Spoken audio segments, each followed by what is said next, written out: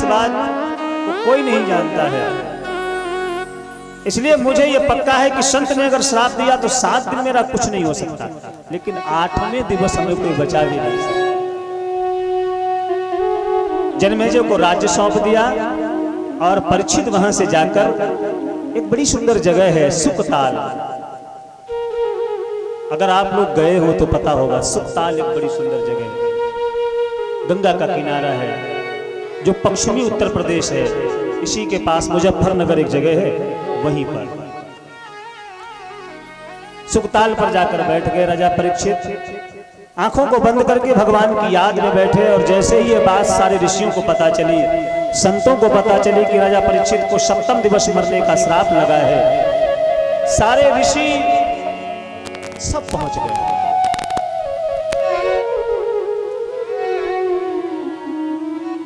और जिस समय राजा परीक्षित ने अपने नेत्रों को खोला तो देखा हजारों संत बैठे हैं। राजा परीक्षित ने सबको प्रणाम किया। हमारा अहोभाग्य, हम आज धन्य हो गए कि संतः अपराधी शरीर को इतने संतों के दर्शन एक साथ हो गए। संतों ने कहा, जिस समय हमें यह बात पता चली राजन कि तुम्हें 7वें दिवस मरने का श्राप लगा है, तो हम सब तुम्हारे पास चले आए। राजा परीक्षित ने बड़ी मीठी बात कही। परीक्षित ने कहा, इसको हम श्राप कहें या वरदान, क्योंकि आप ही लोग कहते हैं, संत जन ही कहते हैं कि सुतदारा और लक्ष्मी पापियों के घर हो, पर संत समागम हरि कथा ये मानुष्य दुर्लभ दो। अब दो चीजें तो बड़ी संसार में दुर्लभ है और दोनों मिल रही है। आप लोगों का संग मिल गया, जो सबसे दुर्लभ था वो संत समागम हो रहा है, और आगे हरि कथा मिलने वाली है, जो सबको नहीं मिलती वही मिल रही है। तो इसको तो हम श्राप कैसे कहें, तो वरदान है मेरे लिए। अब सभी विचार कर रहे हैं आखिर कौन सा ऐसा उपाय किया जाए जिसके द्वारा राजा परीक्षित को मुक्ति प्राप्त हो जाए, लेकिन कोई समझ नहीं पा रहा है आखिर कौन सा ऐसा उपाय है जिसके द्वारा राजा परीक्षित मुक्त हो सकते हैं। इधर जो सुखदेव भगवान हैं वो निर्गुण ब्रह्म की समाधि में बैठे हैं। जब से भागवत का अध्ययन किया है, भागवत को पढ़ा है, बस भगवान की याद में बैठे हैं। और मन कह रहा है कि चलो, मन कह रहा है चलो परीक्षित के पास। सुखदेव जी चल दिए आ रहे हैं। बड़ा सुंदर सूत जी कह रहे हैं कि जिस समय आ रहे हैं सुखदेव जी, तो कितना सुंदर रूप है उनका कि तत्रा भवद भगवान व्यास पुत्र यद्रक्षया गावटमानुपेक्ष अलक्ष्यलिंगो निजलावतुष्टः व्रतस्य बालैरवधूत वेश। कितने सुंदर है सुखदेव जी। वर्णन किया गया कि तत्रा अभवद, ऐसा लग रहा है जैसे साक्षात भगवान आ रहे हैं। तत्रा अभवद, भगवान ही साक्षात कौन? एव व्यास पुत्र, व्यास जी के पुत्र सुखदेव जी लग रहा साक्षात भगवान ही आ रहे हैं। क्योंकि परीक्षित को जिस समय मारने के लिए ब्रह्मास्त्र चलाया गया तो भगवान उस समय सूक्ष्म रूप धारण करके मैया के गर्भ में चले गए, और भगवान ने उस समय अस्त्र के द्वारा उस ब्रह्मास्त्र का द्वारा भगवान ने उस बालक की रक्षा करी। और आज परीक्षित को श्राप लगा है, और श्राप क्या है? मंत्र है। और मंत्र के अधिष्ठाता कौन होते हैं? ब्राह्मण संत जन होते हैं। तो आज भगवान ने उसी ब्राह्मण बालक का रूप धारण कर लिया। भगवान आ रहे हैं और इतना सुंदर रूप है कि द्वयष्ट वर्षा। अच्छा, किसी की उपमा अगर देनी हो ना तो भागवत से सुंदर उपमा कहीं नहीं है। भागवत में सुखदेव जी को जिस समय बताया गया तो कितना बताया गया? 16 वर्ष से अधिक कहीं भी सुखदेव जी को नहीं बताया। और 16 वर्ष का तो जब बताया तो वो भी लिखने में संकोच हो गया। पता नहीं 16 के लग भी रहे कि नहीं लगे, तो 2 बार 8 शब्द का प्रयोग किया। तो 8 दूनी कितना होता है? 16। तो 2 जगह 8 शब्द का प्रयोग किया। लिखा है कि द्वयष्ट वर्षा सुकुमार पादा। सुकुमार है, लंबे लंबे हाथ हैं, भुजाएं लंबी हैं, चौड़ा वक्षस्थल है, सुंदर मुखड़ा है, घुंघराले बाल हैं और चले आ रहे हैं। चाणक्य ऋषियों ने कहा उनके पीछे तो बड़ी भीड़ होगी, जो इतना महान संत है उसके पीछे तो बड़ी भीड़ होगी। सूत जी कहते हैं उनके साथ कोई नहीं है, अकेले ही है, मस्त रहते हैं वो। तो पीछे बच्चों की भीड़ जरूर है, क्योंकि अवधूत वेश है ना, सिर्फ कोपीन धारण कर रखी है और शरीर पर कुछ नहीं है। चाह नहीं, चिंता नहीं, कोई संग्रह नहीं। संसार में और कोई संग्रह नहीं करता, संग्रह सिर्फ मनुष्य करता है। ना पशु संग्रह करते, ना पक्षी संग्रह करते हैं, क्योंकि उन्हें विश्वास है, लेकिन मनुष्य को विश्वास कम है। एक संत हुए मलुकदास, बड़ी मीठी बात कहते थे और उनका वाक्य बड़ा प्रसिद्ध है। मलुक पीठ है ना, जो महान संत हुए मलुकदास जी महाराज, वो कहते थे अजगर करे न चाकरी, पंछी करे न काम, दास मलुका यूं कहे सबके दाता, सारे जहां के मालिक तेरा ही आसरा है। आपको विश्वास होना चाहिए, भगवान पर पूर्ण विश्वास होना चाहिए कि सारे जहां के मालिक तेरा ही आसरा है।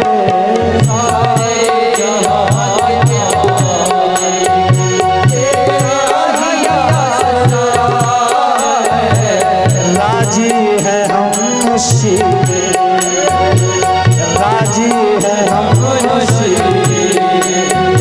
जिसमें तेरी रजा है।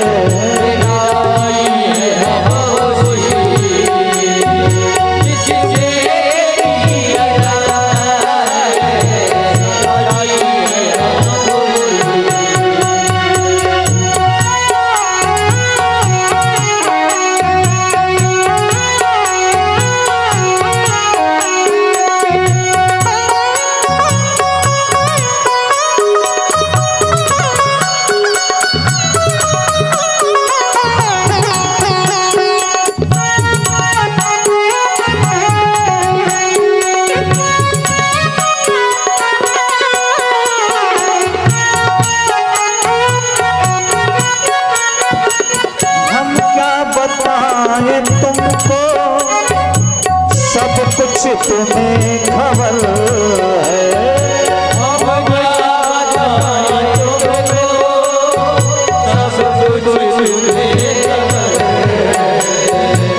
हम क्या बताएं तुमको, सब कुछ तुझे खबर है।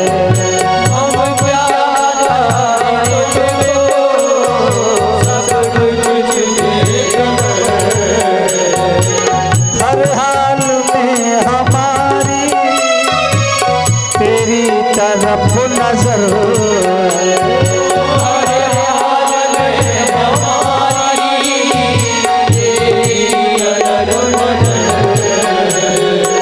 किस्मत है वो हमारी, किस्मत है वो जो तेरा फैसला है। राजी है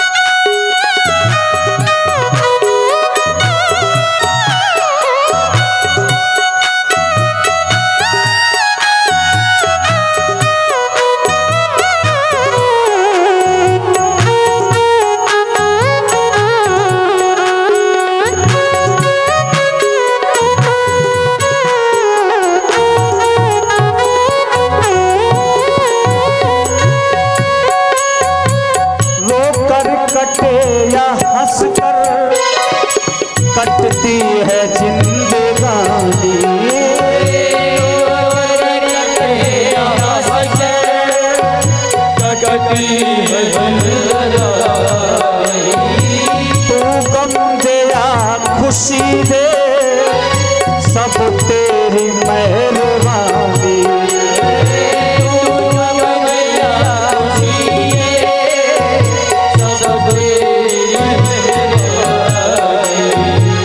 तेरी खुशी समझ कर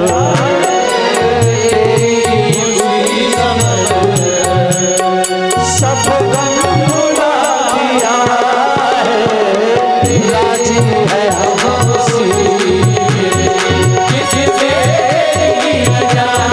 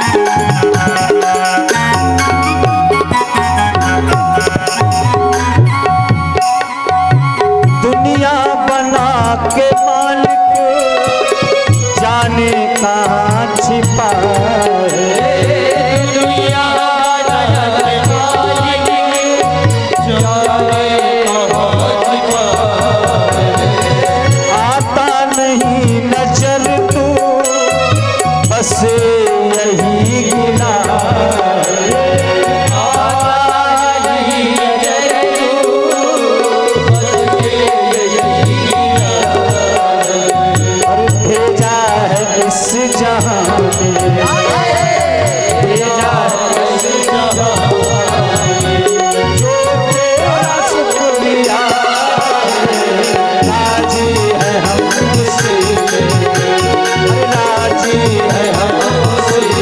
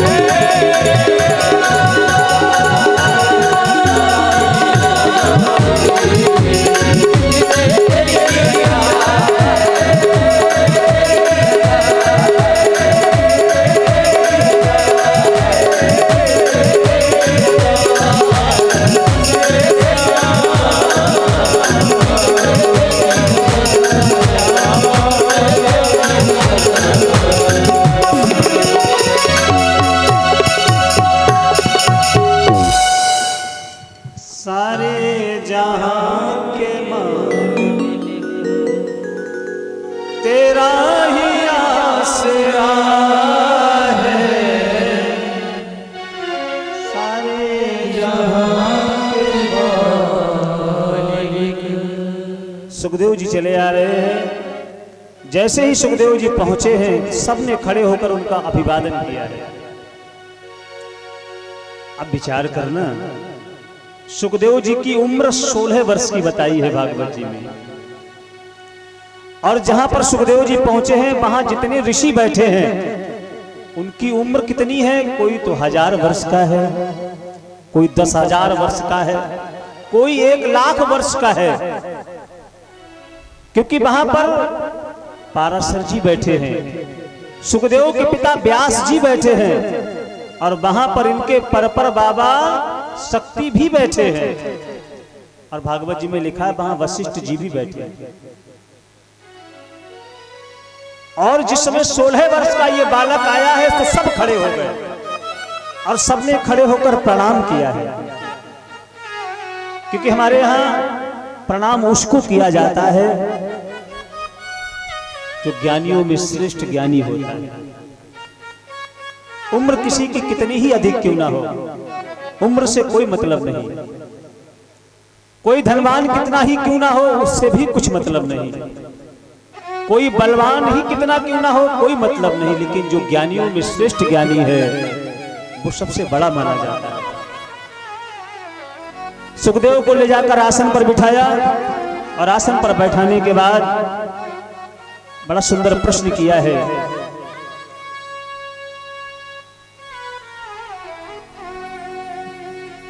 एषां संस्मरणात् पुंसां श्रद्धा शुद्ध्यन्ति वै गृहा किं पुनर्दर्शनम् स्पर्श पाद शौच स्नादिवि। हमारा आज कुल धन्य हो गया, हमारा परिवार धन्य हो गया, ये शरीर धन्य हो गया, आपका दर्शन मिला, लेकिन हम आपका पूजन में, आपकी सेवा में समय नहीं खराब करेंगे। हमारा आप तो सीधा प्रश्न है आपसे, सीधा क्या?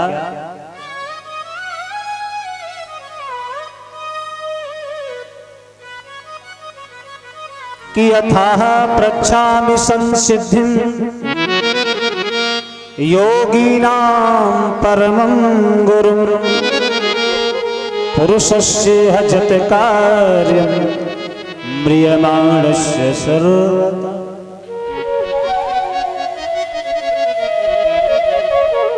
हमारा एक ही प्रश्न है आपसे, और वो ये है कि पुरुषस्य जत कार्यं म्रियमाणस्य सर्वदा। जो जल्दी मरने वाले हैं उन्हें क्या करना चाहिए? बस इतना ही छोटा सा प्रश्न है हमारा, और ये प्रश्न भगवान सुखदेव को इतना अच्छा लगा, ना तो उन्होंने भगवान की मंगलाचरण किया,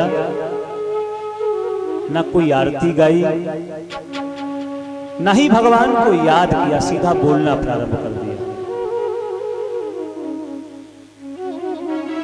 वैसे नियम है, कथा प्रारंभ होने से पहले मंगलाचरण होता है, भगवान का गान किया जाता है, तब जाकर कहीं कथा प्रारंभ की जाती है।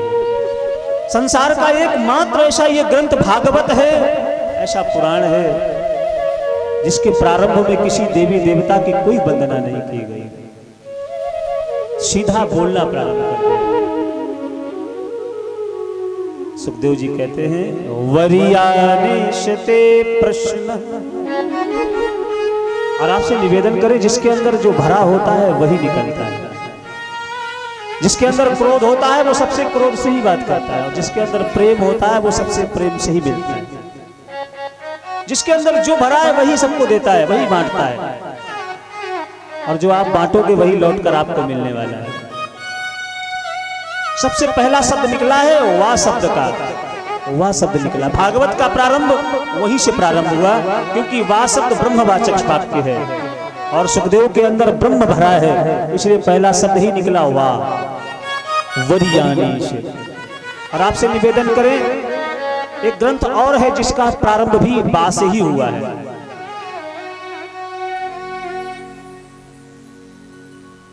रामचरितमानस का भी प्रारंभ वर्णानामर्थ संधाना।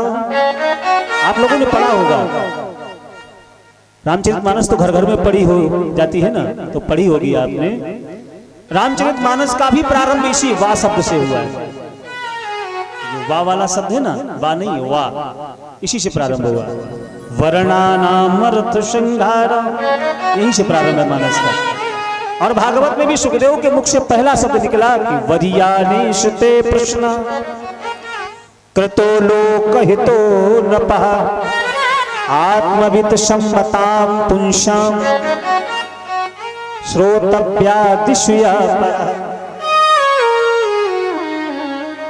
राजन, जो तुमने बात पूछी ये तुम्हारी नहीं है, ये तुम्हारा प्रश्न तुम्हारा नहीं है, ये सारे संसार का प्रश्न है। क्योंकि आया है सो जाएगा। ऐसा कोई है जो नहीं जाएगा? जिसकी सीट कंफर्म हो कि यहां से नहीं जाना, कहिए सबको जाना है। संसार में इस मृत्युलोक में जो भी आया है उसको यहां से जाना पड़ेगा ही पड़ेगा। तो ये तो पक्की बात है कि सबको जाना है। अब जाना कैसे है ये आपके कर्म पर निर्धारित है। आप जैसा कर्म करेंगे वैसा आपको जाना पड़ेगा।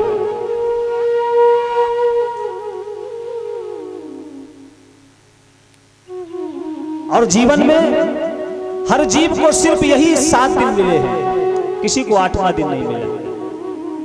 कहिए किसी को मिला है? रवि से लेकर और शनिवार तक आप सारे बारों को देख लीजिए, इन्हीं में जीव आता है और इन्हीं से संसार से जाता है। तो हे राजन, ये जो 7 दिन की बात है ना, ये संसार में सबको यही 7 दिन मिले हैं। इन्हीं में जीव आता है और इन्हीं में संसार छोड़कर चला जाता है। इसलिए ये कथा, ये जो व्यथा और ये जो तुम्हारे लिए उपाय है, वो ये सब 7 दिन का ही है। और अगर वैद्य अच्छा हो ना, देखो आप बहुत बीमार हैं, मान लो आपको बड़ा कोई रोग हो गया, बहुत तेज आपको बुखार आ रहा, फीवर आ रहा, और आप किसी वैद्य के पास गए और वैद्य ने आपका जैसे ही हाथ पकड़ा, डॉक्टर ने हाथ पकड़ा और कहा, अरे ये तो कोई बुखार है, अभी दवा देते हैं सही हो जाओगे, कल एकदम बिल्कुल ठीक हो जाओगे। आधा बल मिल गया, डॉक्टर के कहने से ही आधा वो रोग ठीक हो गया। अभी डॉक्टर ने दवा नहीं दी, लेकिन उसने कह दिया, इतने में आधा रोग दूर हो गया। और कोई कोई डॉक्टर ऐसे भी होते हैं कि आपको छींकें आ रही, आपको जुकाम हो गया, रिंकू भैया ना, आपको जुकाम हुआ और आप डॉक्टर के पास गए और डॉक्टर ने जैसे देखो, ओहो अब आए, अरे आपका तो टेस्ट कराना पड़ेगा, आपको तो बहुत गंभीर रोग हो गया, आपको तो कोरोना हो गया। अब लोग बेचारा था, उसको सिर्फ फ्लू जुकाम ही था और डॉक्टर ने उसको ऐसा भयभीत कर दिया कि नहीं था तो हो गया। तो जो अच्छे वैद्य होते हैं ना, वो मर्ज को आधा अपनी वाणी से ठीक कर देते हैं। और सुखदेव जैसा कोई वैद्य मिल जाए। सुखदेव ने कहा, राजा परीक्षित, अरे 7 दिन तुम्हें मिले हैं और मुक्ति के लिए तो 1 घड़ी, 7 दिन तो बहुत है। बड़ी सुंदर कथा सुनाई है। कहने लगे आधी घड़ी, अरे 1 घड़ी भी अगर किसी को मिल जाए तो मुक्ति तो 1 घड़ी में प्राप्त हो जाती है, और तुम्हें तो 7 दिन मिले हैं। राजा खटवांगी की कथा को सुनाया है कि जब उन्हें पता चला कि मेरे तो सिर्फ 1.5 घड़ी शेष बची है, सब कुछ छोड़कर भगवान के चरणों में बैठ गए और उतने में ही मुक्त हो गए। और तुम्हें तो 7 दिन मिले हैं, 7 दिन में चकाचक तुम्हारी मुक्ति हो जाएगी। तो क्या करना है गुरुजी? बहुत सुंदर बात कह रहे हैं सुखदेव जी, कह रहे हैं राजन तस्माद भारत, भारत शब्द का प्रयोग किया। हमारे इस देश का नाम क्या है? कहिए कहिए, क्या नाम है इसका?